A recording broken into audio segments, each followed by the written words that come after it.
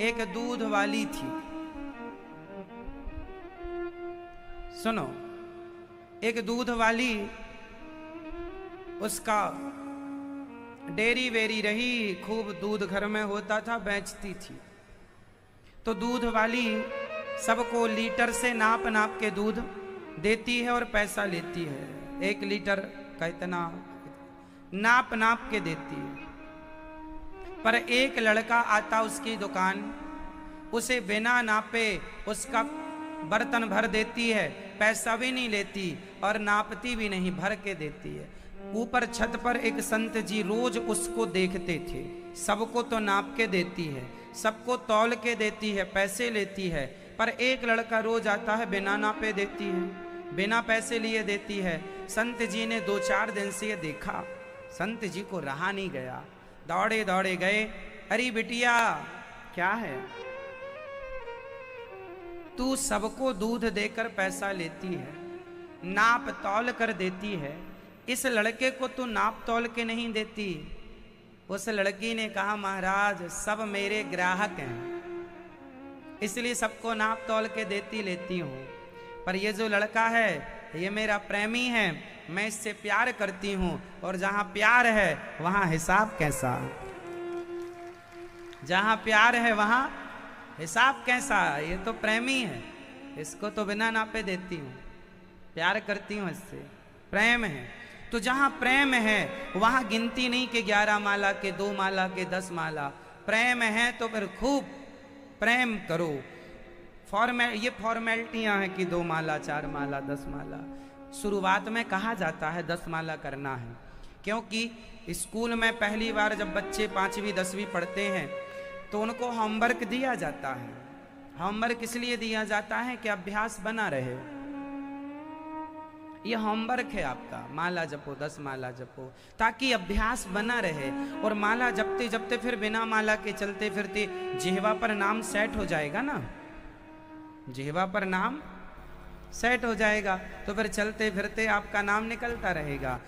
आपको माला जपने इसलिए कहा जाता है कि आपको जप करने का अभ्यास हो जाए, फिर काम करते हुए भी आप जप करने लग जाएं, फिर रोटी बनाते हुए भी आप भगवान का स्मरण करने लग जाएं, तो रोटी बनाते हुए स्मरण करने लग जाएं। उस स्थिति तक पहुंचने के लिए माला जपने का अभ्यास, पहले माला से जपो फिर बिना माला के। जैसे पहले हम लोग देख कर पढ़ते थे, काखा गाघा, फिर बिना देखे पढ़ने लग गए। तो देख कर पहले पढ़ा जाएगा, तब ना बिना देखे बाद में पढ़ा जाएगा। अब आपको देख के नहीं आता तो बिना देखे क्या आएगा? क्यों जी? जिसको ABCD देख कर नहीं आती वो बिना देखे क्या आएगी?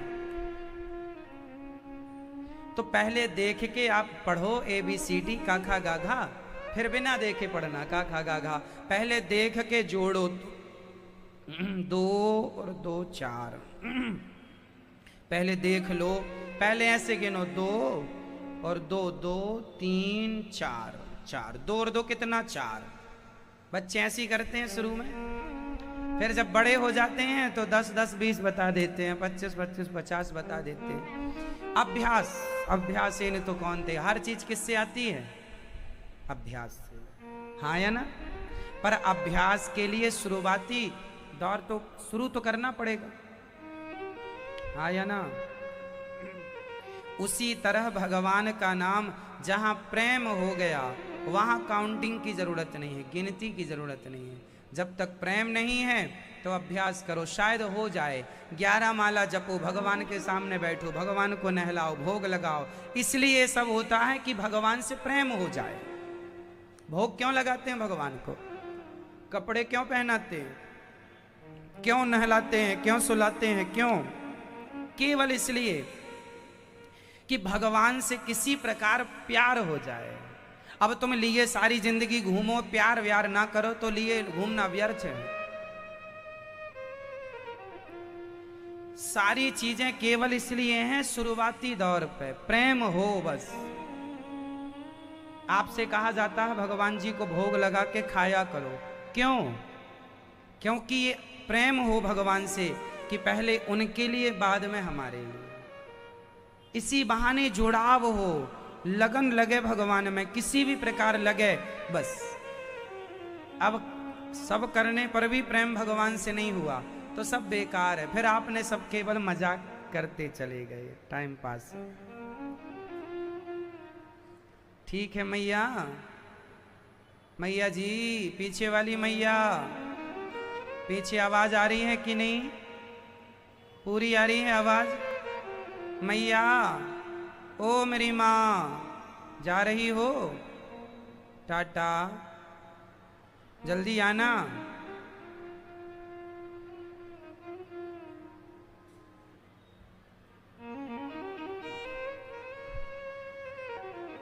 तो भगवान से प्रेम हो तो राम राम सब कोई कहें।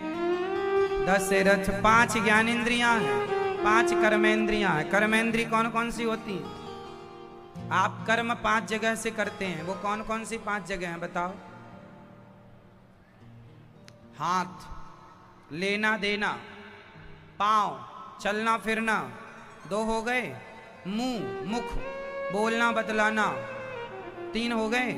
2 मूत्र द्वार और मल द्वार, मल और मूत्र का विसर्जन करते हैं, वो भी कर्म है।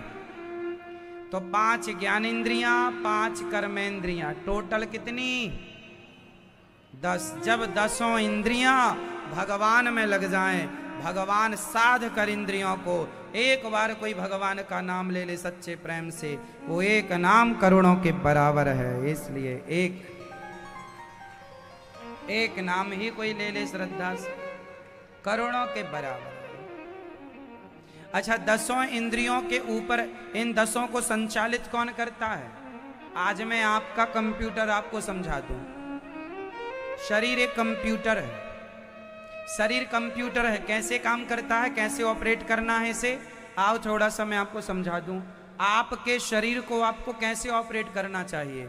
आजकल आपका शरीर ही आपके वश में नहीं है, आपका मन, आपकी इंद्रियां आपके वश में नहीं है, मतलब आपका कंप्यूटर आपके हिसाब से नहीं चल रहा है, वायरस ज्यादा आ गए हैं, है ना? इसलिए कहते हैं समय समय पे प्लान लेते चलो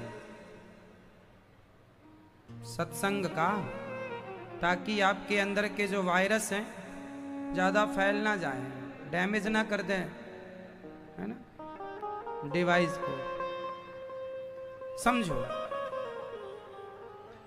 तो हमारा जो शरीर रूपी कंप्यूटर है काम कैसे करता है? हमारा शरीर रूपी कंप्यूटर 10 प्रकार की इंद्रियों से काम करता है। जैसे कंप्यूटर में, लैपटॉप में छोटा सा कैमरा होता है, हाँ या ना? वो देखने का, ऐसे भगवान ने आपके फ्रंट में 2 कैमरे लगा रखे हैं, आंख देखती रहती है। कंप्यूटर में भी एक सुनने का ऑप्शन होता है, गूगल में आजकल आप लिख ना पाए तो बोल के छोड़ दें बात, यहां भी सुनने का ऑप्शन है, हाँ या ना? कंप्यूटर में भी सुनने का है, यहां भी। कंप्यूटर में भी कैमरा लगा है, यहां भी 2 कैमरे, उसमें 1 है, इसमें 2 है, 2 कैमरे यहां, वहां सुनने का 1 है, यहां 2 है। ऑप्शन में एक फ्यूज हो जाए तो दूसरा जिंदाबाद, तो उसमें एक ही है। अब हमारे शरीर में आंखों से आप देख लीजिए, और देखकर मोबाइल, कंप्यूटर क्या करता है, मोबाइल क्या करता है, फोटो, कैमरा ऑन हुआ, क्लिक किया, जाके फोटो सेव कहां होती है? जोर से।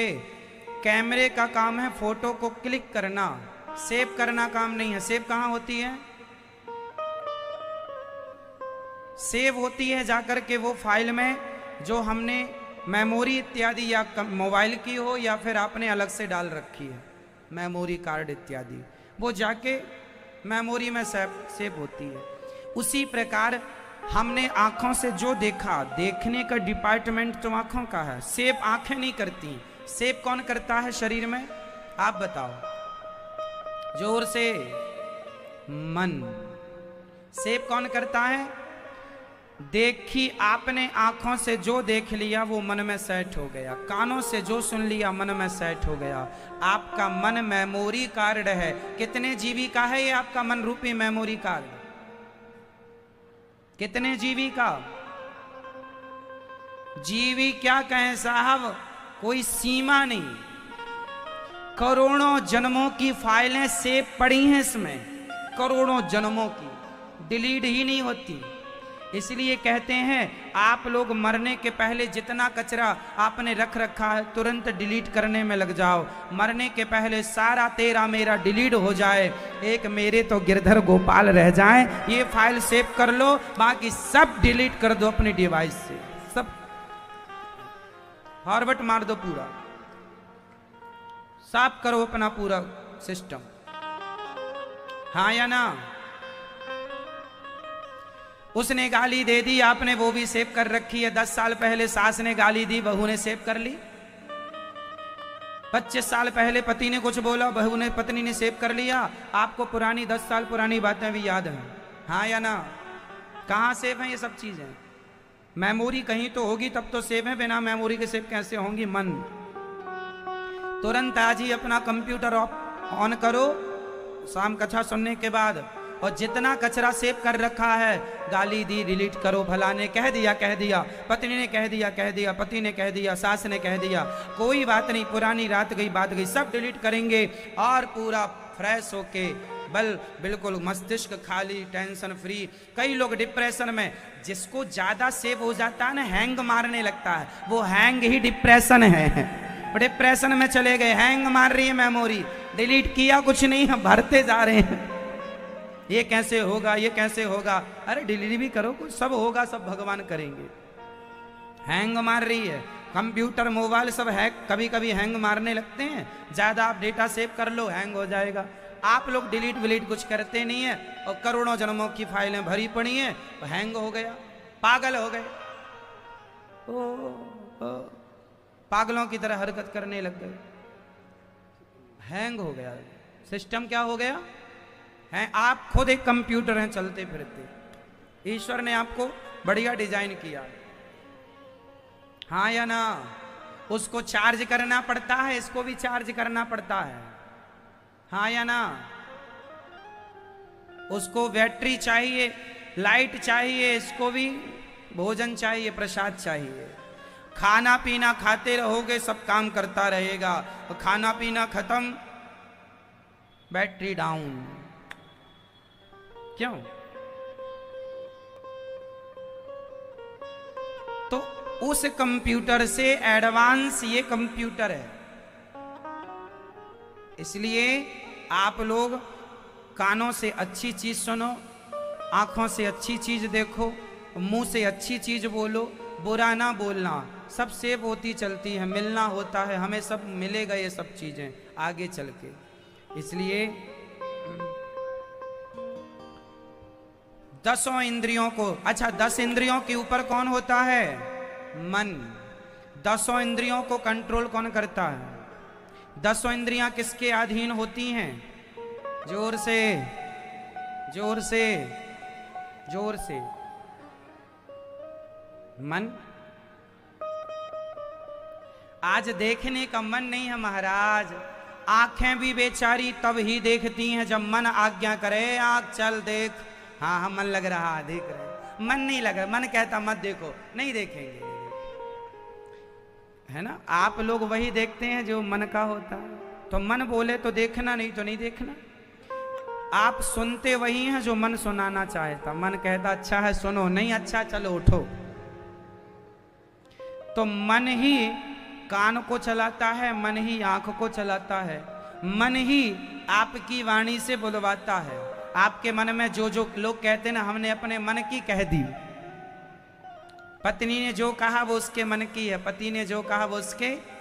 तो वाणी बोलने का काम करती है, क्या बोलना है ये मन बताएगा। आपका क्या मन है बोलने का, अच्छा कि बुरा? तो हमारी इंद्रियां किसके अधीन हैं? जोर से, जोर से, जोर से। मन के राजा मन है, और राजा ही गलत रास्ते पर हो तो 10 इंद्रियां गलत रास्ते पर जाएंगी। और मन को सुधार लो तो क्या मजाल की आंख बिगड़ जाए, क्या मजाल की कान बिगड़ जाए, क्या मजाल की वाणी बिगड़ जाए।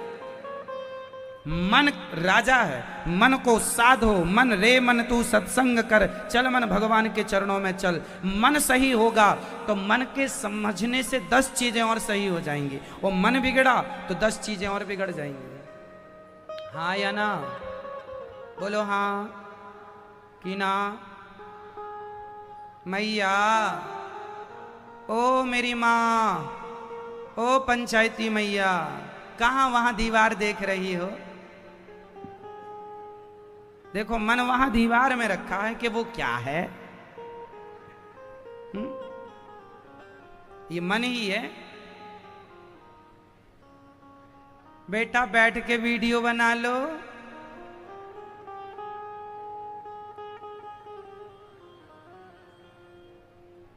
तो मन के अंडर में कितने लोग काम करते हैं? कितने लोगों का बॉस है मन? कितने लोग? आप बताओ बेटा, कौन कौन? 10 लोगों के नाम बताओ। चलो 5 के नाम बताओ।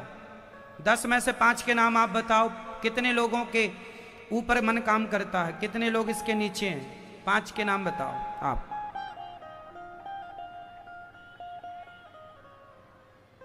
बोलो। आपसे ही पूछ रहे हैं बेटा, चश्मा आपने लगा रखा, आपसे।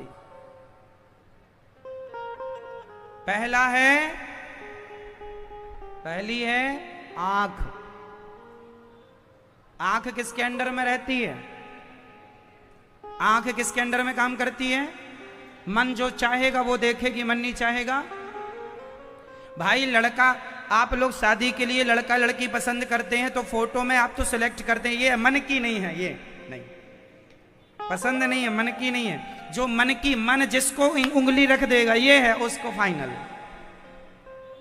आंख देखेगी पर डिसाइड कौन करता है? जोर से मन। सुनता सबकी है आदमी पर करता मन की है। मन कान के ऊपर है, मन आंख के ऊपर है। ये त्वचा, ये चमड़ी, ये भी मन के अधीन है। किसे छूना है किसे नहीं छूना है ना, ये मन ही तो बताता है, मन ही तो निर्णय लेता है। मन बहुत विवेक, मन बहुत समझदार भी होता है, मन बहुत अच्छा होता है। यदि आप मन के हिसाब से चलें, मन आपका अच्छा है तो यही मन आपको भगवान से मिला देगा, और मन गलत है तो यही 84 के चक्कर में डाले रखेगा। यही है मन एवं मनुष्याणाम बंधनम मोक्ष कारणम। ये मन ही बंधन और मोक्ष का कारण है। माया मरी न मन मरा, मर मर गया शरीर, आशा तृष्णा ना मरी, कह गए दास कबीर। बड़ी विडंबना मन की। तो मन के नीचे कितने लोग काम करते हैं? आप बताओ कितने लोग? 10 लोग काम करते हैं। 10 के ऊपर मन रहता है। अच्छा अब ये बताओ कि मन के ऊपर कौन होता? आपका कंप्यूटर समझा रहा हूं आपको।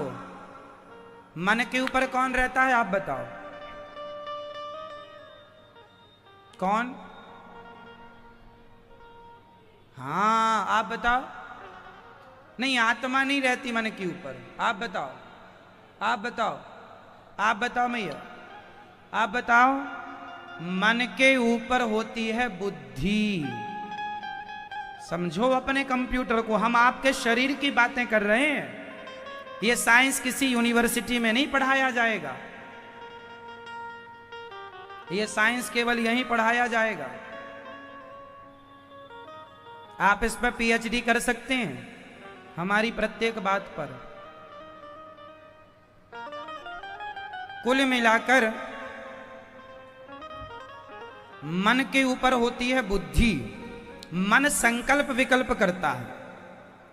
ये पैसे पड़े हैं, आंख ने देखा, आंख ने देखा, मन कहता है उठाओ।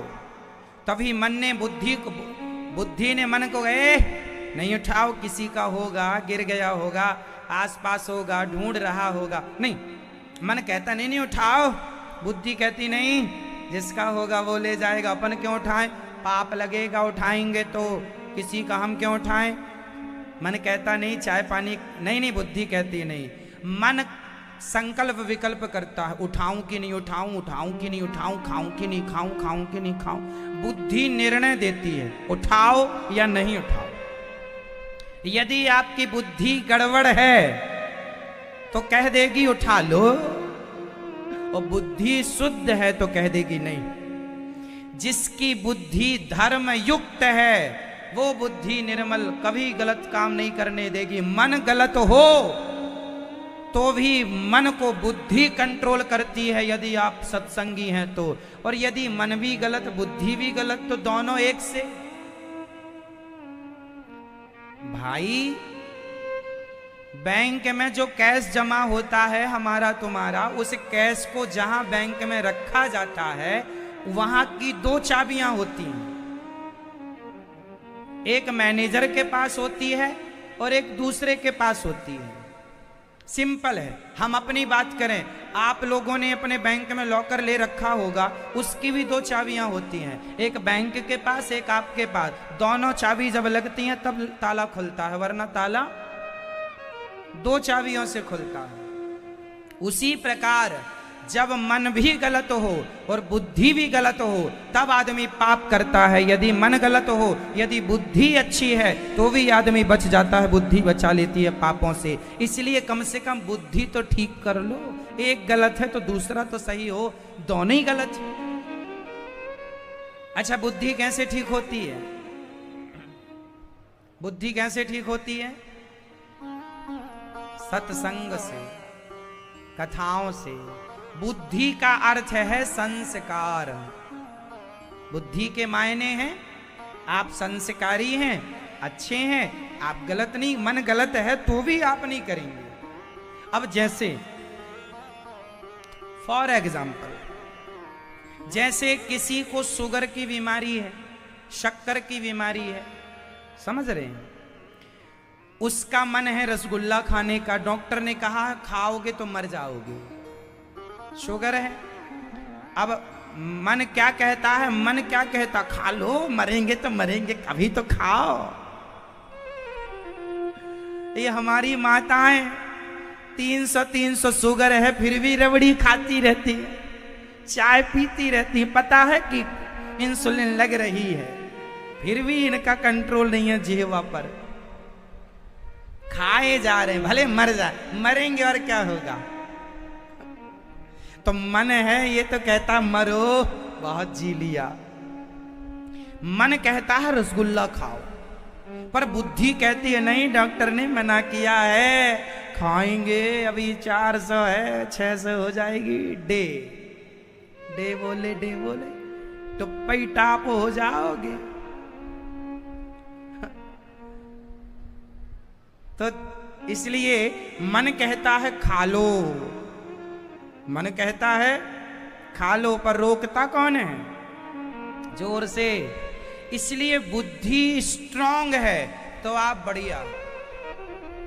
बुद्धि विकसित कहां से होती है? संस्कारों से, अच्छे संग से बुद्धि में ग्रोथ होता है, बुद्धि बढ़ती है, अच्छी होती है, पवित्र होती है।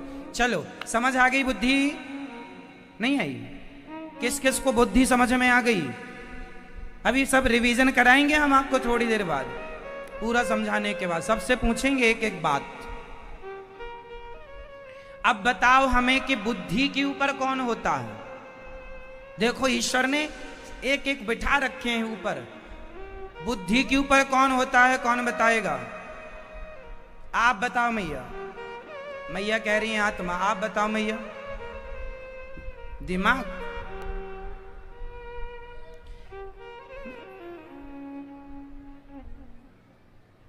दिमाग और बुद्धि पर्यायवाची है।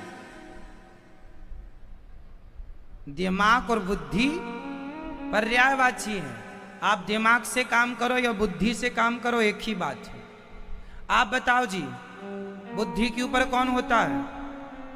आत्मा। आप बता रहे हैं, आप बताइए, बोलो। बुद्धि के ऊपर एक और है, नाम है विवेक। लोग कहते हैं विवेक से काम करना। जब कोई बड़ा काम करने जाता है बेटा तो माँ बाप यदि समझदार हैं तो बेटा विवेक से काम करना। विवेक मतलब बिल्कुल फाइन, बुद्धि का भी बाप है। और ये विवेक कहां से मिलता है? गोस्वामी जी लिख रहे हैं, बिनु सत्संग विवेक न होई, राम कृपा बिनु सुलभ ना। विवेक सबके पास नहीं होता, बुद्धि सबके पास होती है। समझो, बुद्धि, इंद्रियां, मन, बुद्धि सबके पास होती है, विवेक सबके पास नहीं। विवेक लाखों में एक के पास है। अब आप लोग भी विवेकशील हैं या नहीं, वो आपके अपने जीवन के निर्णय बताएंगे। विवेक सब में नहीं होता, कोई लाखों में एक। जैसे हर गाय के अंदर गौलोचन नहीं होता, हर मृग के अंदर कस्तूरी नहीं होती। कस्तूरी जानते हैं? कस्तूरी मृग में बसत मृग खोजत बन माही। कस्तूरी मृग के अंदर होती है, पर हर मृग के अंदर कस्तूरी नहीं। कोई लाख 2 लाख में एक मृग में कस्तूरी। गौलोचन गाय के अंदर होता। गौलोचन जानते हैं?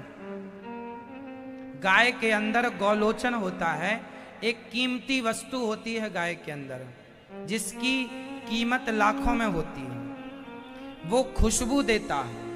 बड़ी बड़ी पूजा अनुष्ठानों में गौलोचन काम करता है। जब कोई गाय अपनी मर्जी से अपनी शरीर को छोड़ती है, और जब मोची गाय को, जब गाय, पहले आप समझिए, जब गाय अपनी मृत्यु से मरती है ना, तो उससे पहले के जमाने में मोची लोग लेके जाते थे, फिर उसका वो चमड़ा बड़ा निकालते थे। तो उसी समय उनको चमड़ा निकालते समय जिस गाय को गौलोचन होता था, सो मोची भाई को मिल जाता था। फिर वो मोची भाई उसे बाजार में अच्छी कीमत में बेच देते थे। तो वो एक ठीक प्रोसेस है। किसी गाय की हत्या जानकर नहीं करना है, पर पूरी गाय चली गई है तो पुराना रिवाज देखा है गांव में कि वो मोची भाई उठा के ले जाते थे गायों को। आज के युग में अब गायों का अंतिम संस्कार हम सब करने लग गए हैं, ये ठीक है, पर पहले के जमाने में गायों को मोची ले जाता था, वो अपना गौलोचन इत्यादि, यदि लाख में कोई एक गाय होती थी सो निकालता था। सारी गायों में गौलोचन नहीं होता। कोई लाख गाय में एक गाय, कोई लाख मृग में एक मृग। उसी प्रकार कोई लाख मनुष्य में एक मनुष्य है जो विवेकशील होता है। अब ये विवेक क्या होता है साहब? आप बताओ, ठंडी होती है कि गर्म बिजली? गर्म होती है। ये बहन बताएंगी, बताओ आप क्या होती है बिजली? खड़े होके बताना है। अच्छा, जाने का प्लान था? अच्छा, खड़े होके बताने का। पानी पीने का प्लान है? पानी तो बोतल में भरा है आपकी, इतना तो पी लो पहले। अच्छा ये बताओ, बिजली ठंडी होती है कि गर्म? ये बहन कह रही है गर्म। ये मैया बताएंगी, पंखा वाली मैया, ओ मैया बताओ मैया, बिजली ठंडी होती है कि गर्म? आप बता दो। बिजली ना तो ठंडी होती है ना तो गर्म होती है। बिजली का काम है पावर देना। बिजली का काम है पावर देना। वो हीटर को भी पावर देगी, वो एसी को भी पावर देगी, टीवी को भी पावर देगी, और जितना भी बिजली से चलने वाला सामान है सबको पावर, वो पावर देगी। अब उनकी डिवाइस जो है वो अपने हिसाब से काम करती है। बिजली का काम है केवल सबको पावर देना। उसी प्रकार आत्मा का काम है पावर देना। तुम्हें भी पावर दे के रखा है, तुम भी देख सकते हो, हम भी देख सकते हैं। आत्मा सबको पावर देती है। अब आप ये देखो कि आपको आंखों से अच्छा देखना है या बुरा देखना है, हाथ से किसी की सेवा करना है या किसी का गला दबाना। आत्मा नहीं रोकेगी कि तुम किसी का गला क्यों दबा रहे हो, आत्मा ने पावर दे रखा है। अब आपकी अपनी विचारधारा, आपके अच्छे विचार या बुरे विचार, वो कंट्रोल करते हैं। फिर भी एक बार ईश्वर ने एक ऑप्शन लगा रखा है इसमें कि आपके अंदर गलत काम जब आप करते हैं तो अंदर आत्मा से अंतर आत्मा से एक बार आवाज जरूर आती है कि ये गलत है। वो परमात्मा समझाते हैं ये गलत है, गलत है, मत करो, पर आदमी फिर भी उस अंतरात्मा की आवाज को दबा के गलत करता है। बाद में दोष लगाता है भगवान को कि आपने किया, रोका गया था। आत्मा का काम है पावर देना। अब आप क्या करते हैं, अच्छा या बुरा, वो आप अपना करिए। जो आप करेंगे फिर उसका हिसाब बाद में होगा। ठीक है, तो ये शरीर का मैंने पूरा हिसाब किताब आपको समझाया। अब थोड़ा सा रिवीजन कर लेते हैं। हमारी शरीर में इंद्रियां कितनी होती हैं? हमारी इंद्रियां कितनी होती हैं मैया? ये मैया बताएंगी। मैया बताओ इंद्रियां कितनी होती हैं? कोई नहीं बताएगा, जिनसे पूछेंगे सिर्फ वही। ये मैया बताएंगी, पंखे वाली मैया, लाल साड़ी वाली, आपसे। हाँ बताओ, कोई नहीं बताएगा। बताओ इंद्रियां कितनी होती हैं आपसे? 10। 2 के नाम बताओ। 10 में 2 बताओ। 2? ये 2 नहीं है, ये दोनों एक हैं। कितने बेटा ये बच्चा बताएगा? 10 इंद्रियों में 5 के नाम बताओ। आंख, कान, हाथ तो अच्छा चलो ये भी इंद्रिय, पर ये कर्मेंद्री हो गई। ठीक है, 5 ज्ञानेंद्री, 5 कर्मेंद्री, टोटल 10। 10 के ऊपर कौन होता है? आपकी 10 इंद्रियों के ऊपर कौन होता है? मैया बताएंगे। कौन? ये बताओ मैया।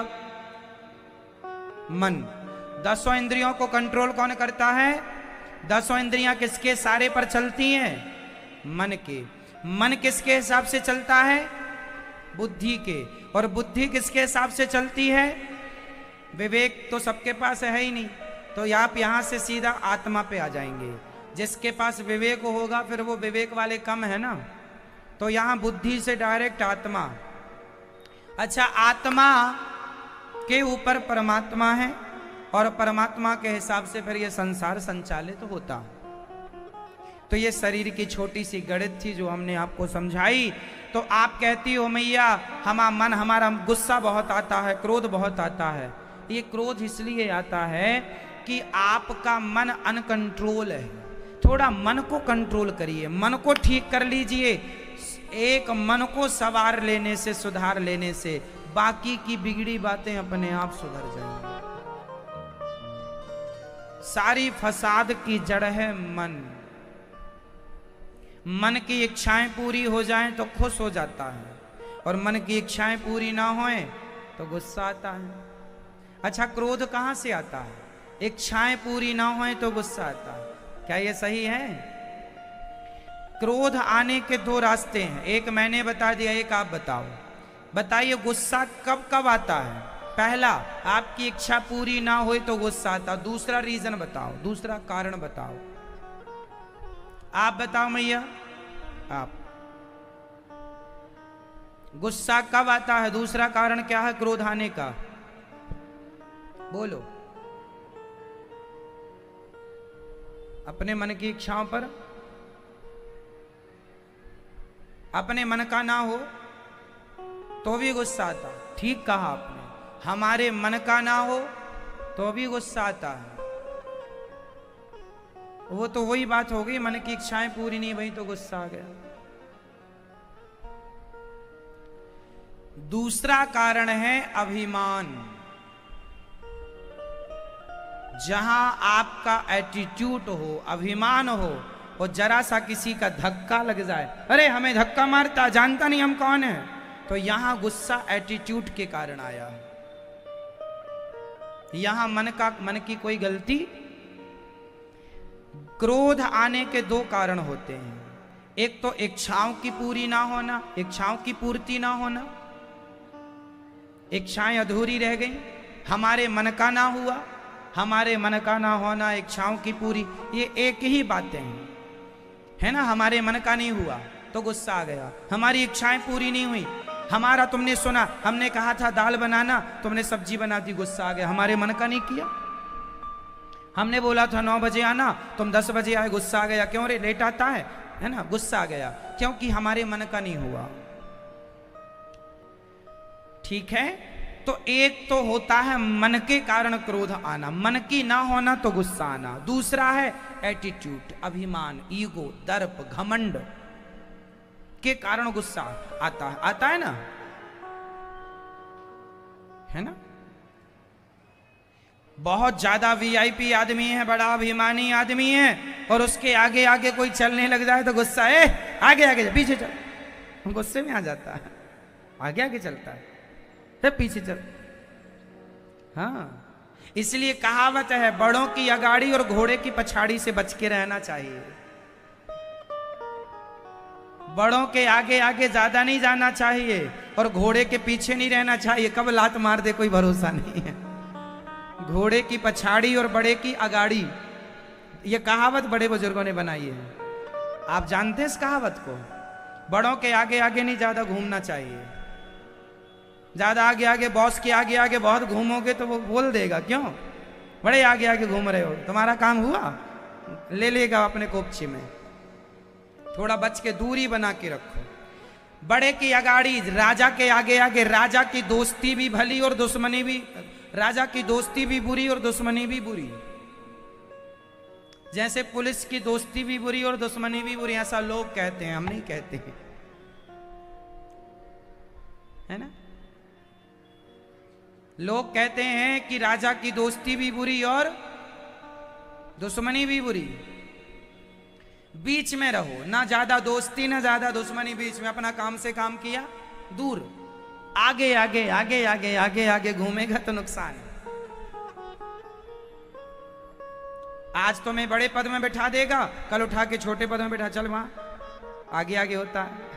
इसलिए वो घोड़े के पीछे चलोगे, बारात में जब घोड़े के ऊपर दुल्हा बैठता है तो थोड़ा दूर रहा करो, कब लात मार दे। कितनों को लात मार चुका है, हड्डी टूट गई लोगों की। इसलिए कहावत है, तो समझने की बातें हैं, ये सब सामान्य ज्ञान है, ये कोई बहुत बड़ी बात नहीं है, आप सब जानते हैं। कुल मिला के कहना ये है कि हम अपने मन को कंट्रोल करेंगे तो क्रोध कंट्रोल हो जाएगा। हम अपने अभिमान को, थोड़ा ईगो को कम कर लेंगे तो हमारा क्रोध कम हो जाएगा। क्रोध के कारण भी बड़ी समस्याएं आती हैं। व्यर्थ में गुस्सा हो गए, क्रोध में बोल दिया, अब सॉरी बोलते रहो। पहले तो आदमी बोल देता, बाद में फिर उसको साफ करता रहता। इसलिए सॉरी बोलना पड़े इसकी जरूरत ना है, गलती ही ना करो। तो क्रोध आने के कितने रास्ते हैं, दोनों बताओ। क्रोध आने के 2 रास्ते, पहला मन, दूसरा अभिमान, अहंकार। ठीक है, तो दोनों पे कंट्रोल हो जाए तो आप खुद भगवान बन जाओ। आपका मन शांत जिस दिन हो जाएगा, आप कहेंगे कि बिना पैसों के, बिना धन दौलत के जीवन में इतनी शांति मिलती है मन की एकाग्रता से कि वो करोड़पति आदमी भी इतना सुख नहीं प्राप्त करता जितना शांत मन वाला कर लेता। शांति यही है, लेकिन लोग आज बस भटक रहे हैं, भाग रहे हैं, पता नहीं क्या पाने के लिए भाग रहे हैं, कहां रुकेंगे कोई खुद को ही नहीं पता। क्या करेगा आदमी इतना भाग के, खुद को ही नहीं पता। बहुत भागने में जो खुद का सुख था वो छूट गया। एक बहुत बड़ा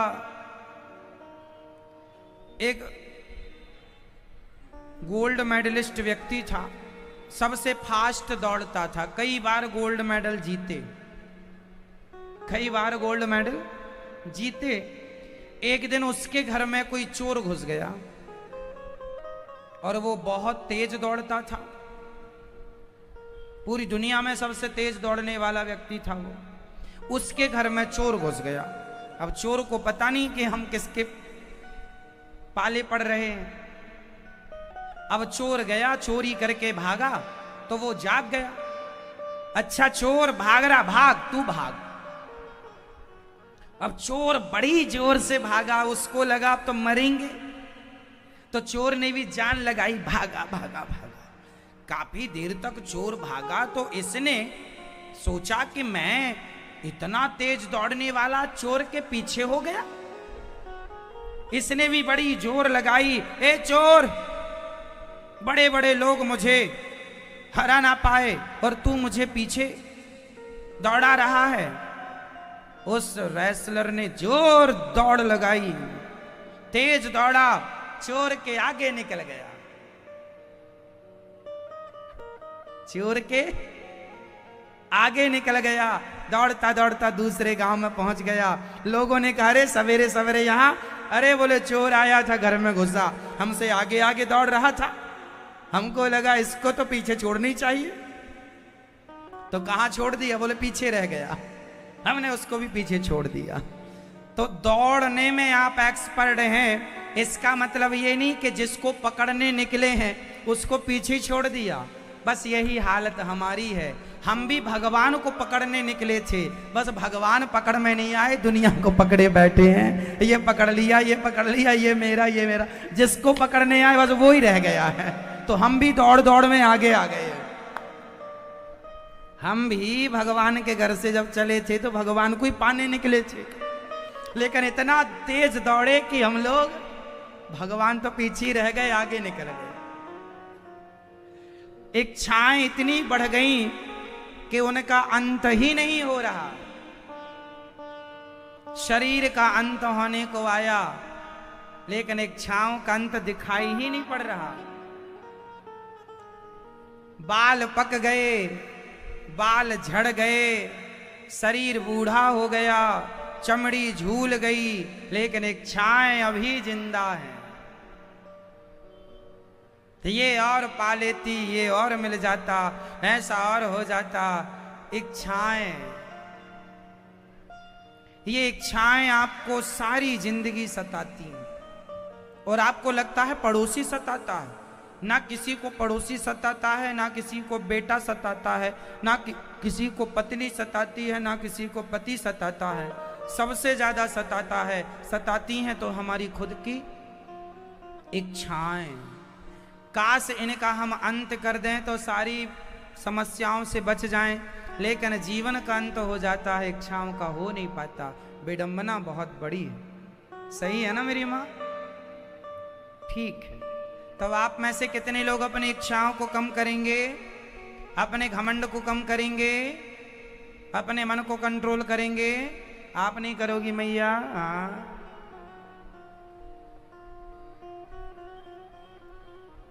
मैया, ओ पंचायती मैया,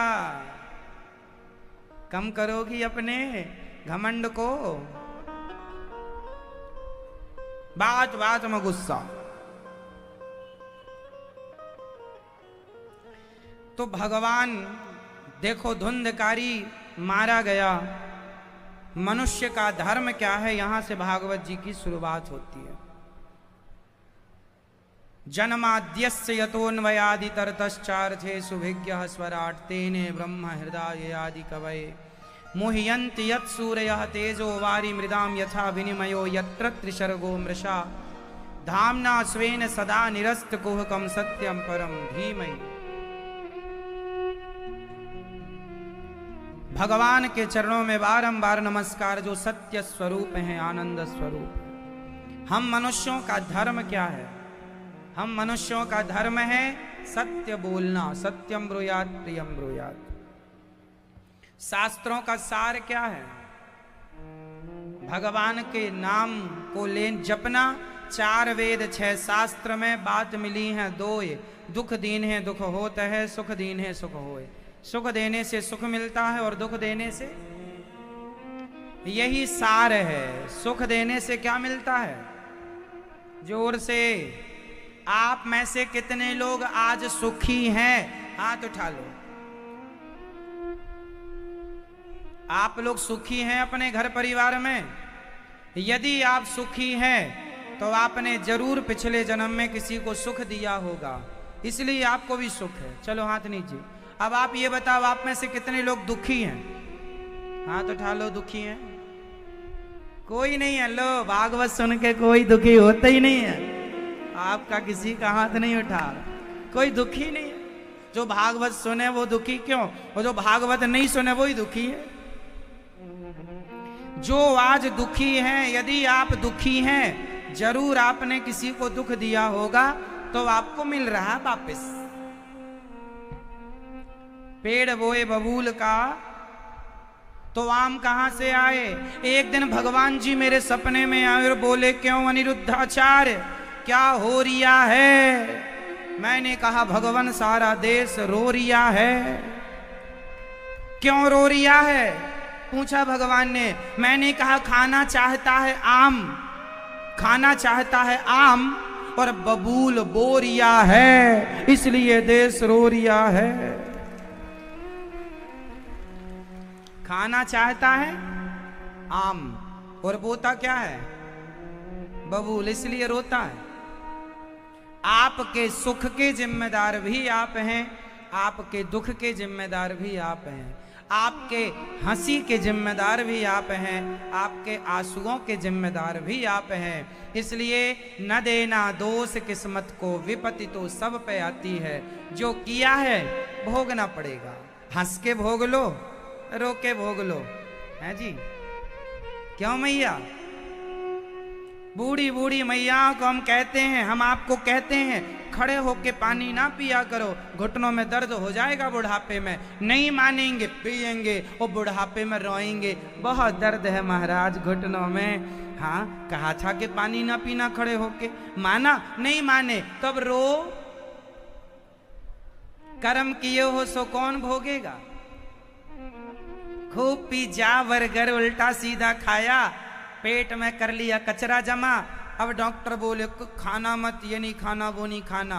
पेट में इतना कर लिया, मशीनें खराब हो गई, लीवर खराब, ये खराब, सब खराब पड़ा है। काहे उल्टा सीधा खाते हो, मना करते हैं नहीं मानते, और बाद में हे भगवान, हमारा भगवान ने लीवर खराब कर दिया। लो, भगवान आए थे कहने कि खाओ।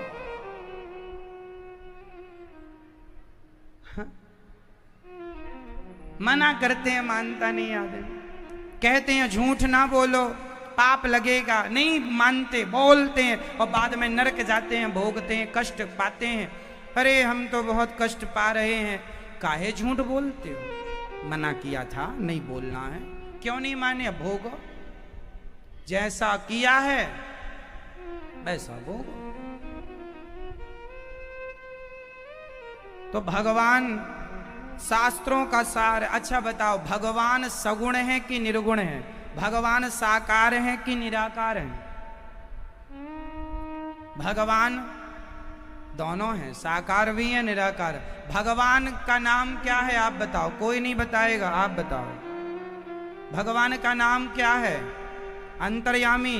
उन अंतर्यामी को हम कौन से अंतर्यामी, क्या नाम रूप रंग है भैया बताओ कुछ। भगवान किसे कहते हैं, अर्थात भगवान का नाम क्या है, नहीं पता आपको, नहीं पता भगवान कौन है। चलो ये बताओ, भगवान कौन है, हैं? आप बताओ भगवान कौन है, किन्हें आप भगवान मानते हैं। कोई नहीं बताएगा, टुप्पी टाप रहना। आप बताओ, बताओ भगवान किसे कहते हैं, मतलब कौन भगवान है, किन्हें आप भगवान मानते हैं, आप बताइए। नहीं, ये तक नहीं बता पा रहे हैं हम लोग। ये है हमारी शिक्षा, ये हमारे हिंदुओं का हाल है। किसी मुसलमान से पूछ लीजिए कि आपका अल्लाह कौन है, वो सब बता देंगे। पर हिंदुओं से पूछ रहे हैं आपके भगवान कौन है, नहीं। हम ही अपने समाज के, अपने धर्म के सबसे बड़े दुश्मन हैं। भगवान का नाम क्या है आप बताइए। अभी रुक जाओ मेरी माँ, बच्चों से पूछ लें, थारी छोरी से पूछ लेने दो। छोरी बताओ, बेटा बताओ, भगवान कौन है, किनको हम भगवान माने। आप किनको भगवान मानती हो, कोई नहीं बताएगा, सिर्फ आप बताओ भगवान कौन है, किसे भगवान आप मानते हैं?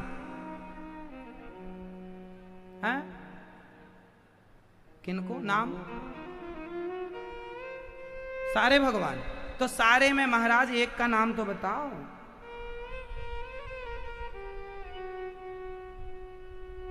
नहीं,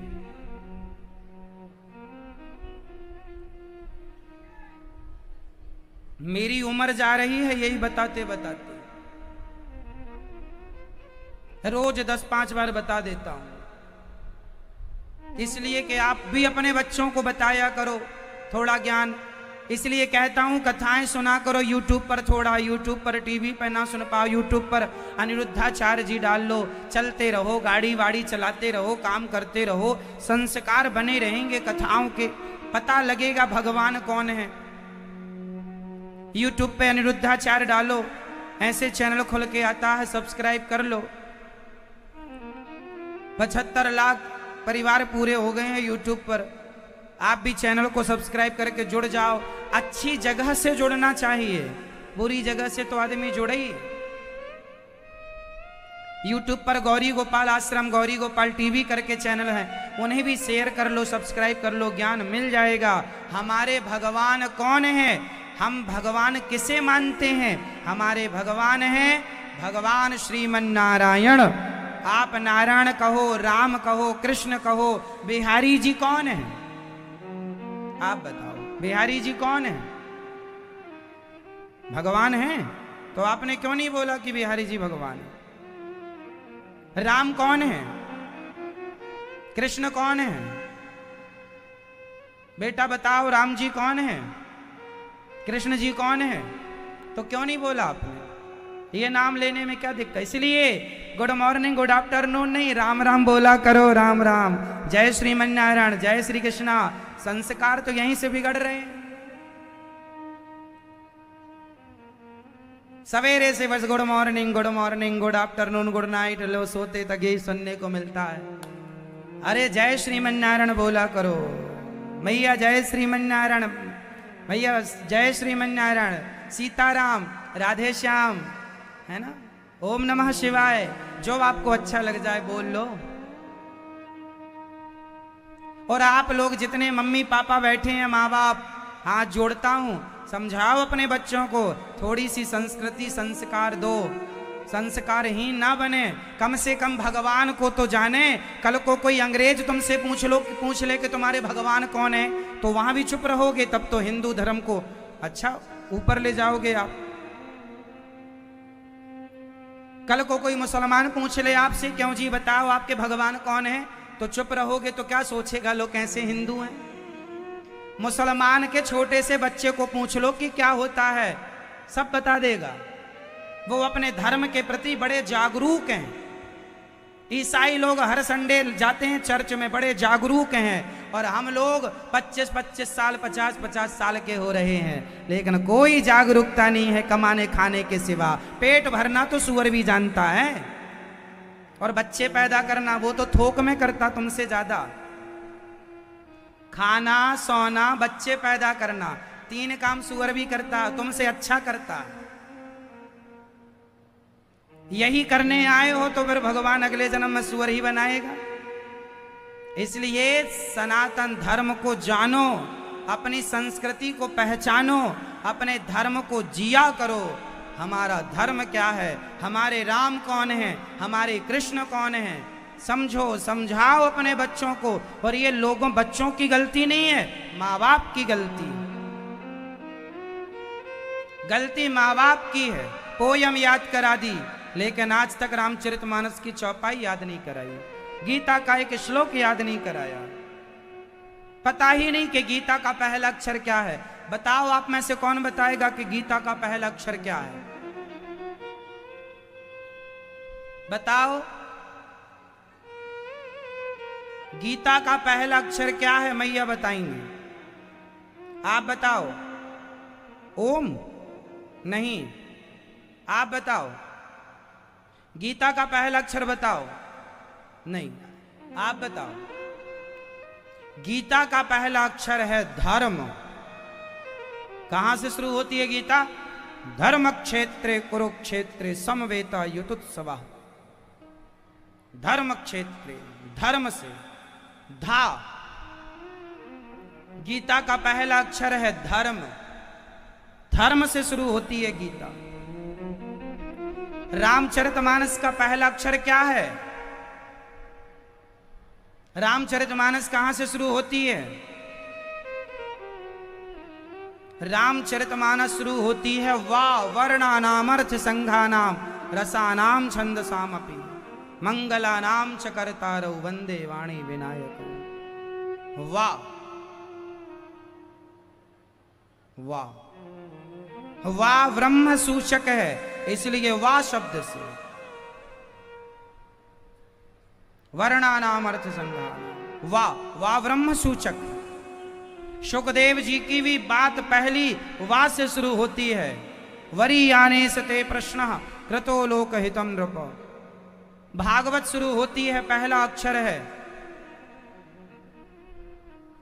ज। जन्माद्यस्य ज, जन्म से शुरू होती है भागवत।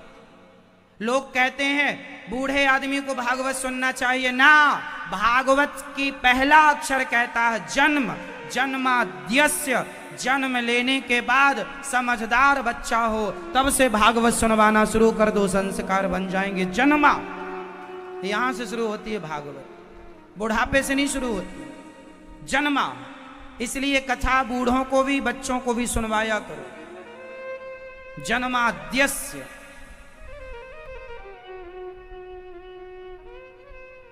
ये हमारे शास्त्रों का कुछ, हम ये नहीं देखो सर्वज्ञ कोई नहीं है, पूर्ण ज्ञानी इस धरती पर कोई नहीं है, सर्वज्ञ कोई नहीं है, पर हम ये नहीं कहते कि आप पूरा शास्त्रों का ज्ञान हासिल